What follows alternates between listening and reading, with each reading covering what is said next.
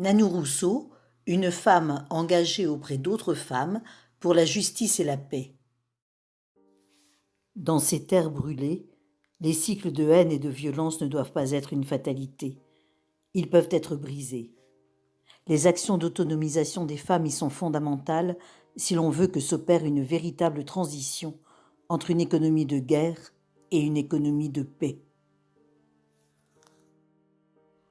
Entre humanitaire et humanité, Nanou Rousseau, édition Ballan.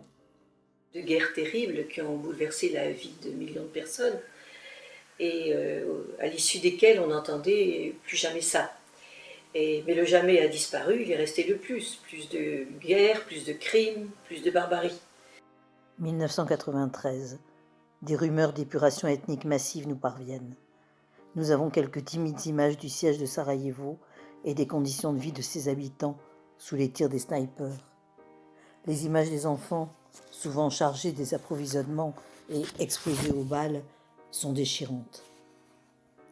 J'ai voulu aussi rendre compte de toutes les actions entreprises par nos équipes, le raconter objectivement avec nos réussites, nos échecs, pour soutenir la lutte des femmes dans les zones de conflit.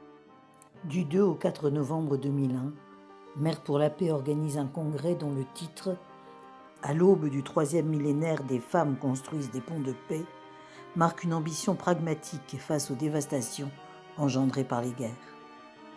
Il s'efforce d'ouvrir un espace d'échange à des femmes venues d'Europe, d'Afrique et d'Asie pour bousculer les murs de haine et construire des ponts de compréhension, de justice et de paix. Si l'on ne veut plus appliquer le jamais plus, au moins ne jamais oublier. Si elle figure dans nombre de conventions, la paix n'est pas un droit acquis. Elle reste à construire pierre après pierre.